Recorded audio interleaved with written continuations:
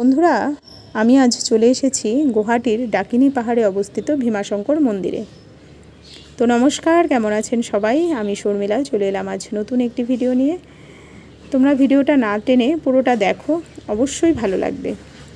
আর যদি ভালো লেগে থাকে তাহলে শ্রাবণ মাসের এই পূর্ণতিথিতে একটু শেয়ার করে সবাইকে দেখার সুযোগ করে দিও।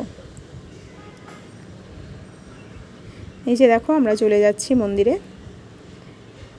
পাহাড় কেটে কেটে রাস্তা তৈরি করা হয়েছে। আগে নাকি রাস্তা ছিল না, সবাই পাহাড় চড়েই মন্দিরে যেত। এখানকার স্থানীয় লোকদের থেকে জানতে পারলাম। এই যে দেখো, আমরা চলে যাচ্ছি। ভীষণ সুন্দর ওয়েদার, ভীষণ সুন্দর পরিবেশ। তোমরা জানো এখন কত গরম, কিন্তু যখন আমরা এই মন্দিরে যাচ্ছি একটুও গরম তো ছিলই না, মানে অদ্ভুত শান্তি। ভীষণ সুন্দর ওয়েদার, ভীষণ সুন্দর। তোমাদের সবাইকে বলবো, তোমরা যদি কামাখ্যা মায়ের দর্শনে গুয়াহাটিতে আসো তাহলে অবশ্যই ভীমশঙ্কর মন্দিরে তোমরা চলে আসতে পারো। কারণ গুয়াহাটি থেকে বেশি দূর না, মানে কামাখ্যা মায়ের মন্দির থেকে বেশি দূরে না। তো অবশ্যই তোমরা চলে আসতে পারো। ভীষণ সুন্দর মন্দির, ভীষণ শান্তি পাবে।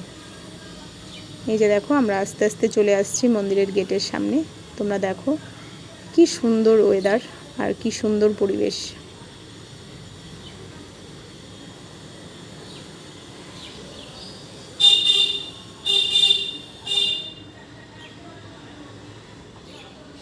এই যে দেখো মন্দিরের গেটটা, এরকম অনেক ঘন্টা লাগানো আছে।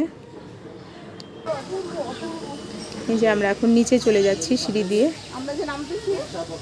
জানো বন্ধুরা, এই মন্দিরে না কোনো মানে মন্দির নেই, মানে খোলা বাবা মহেশ্বর বিরাজমান করছেন একদম পাহাড়ের কোলে। স্বয়ং দেবাদিদেব মহাদেব বিরাজ করছেন এখানে। 24 ঘন্টা অভিষেক হয়। কথিত আছে এখানে নাকি মহাদেবের চরণ আছে।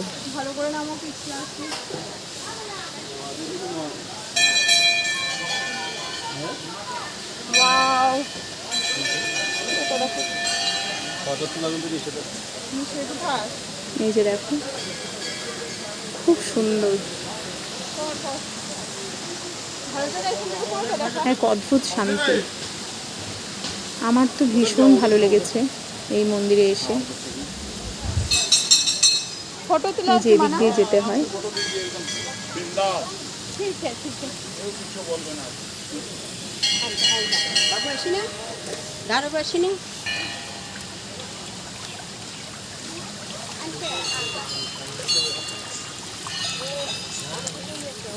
তোমরা না টেনে পুরোটা ভিডিও দেখো, আশা করছি ভালো লাগবে। এখন যেহেতু শ্রাবণ মাস, তাই প্রচুর দর্শনার্থী ছিল। এই যে তোমরা দেখতেই পাচ্ছ, এখানে প্রচুর মানুষ পুজো দিয়েছেন।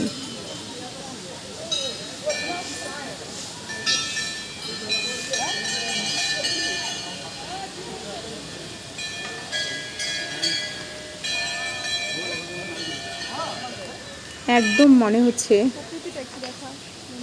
পাহাড়ের কোলে স্বয়ং দেবাদিদেব মহাদেব বিরাজ করছেন।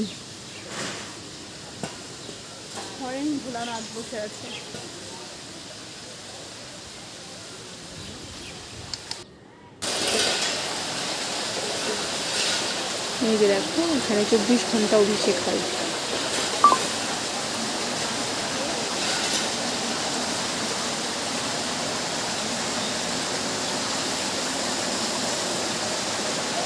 তো আজ এখানেই ভিডিওটা শেষ করছি। তোমাদের কেমন লাগলো অবশ্যই জানাবে।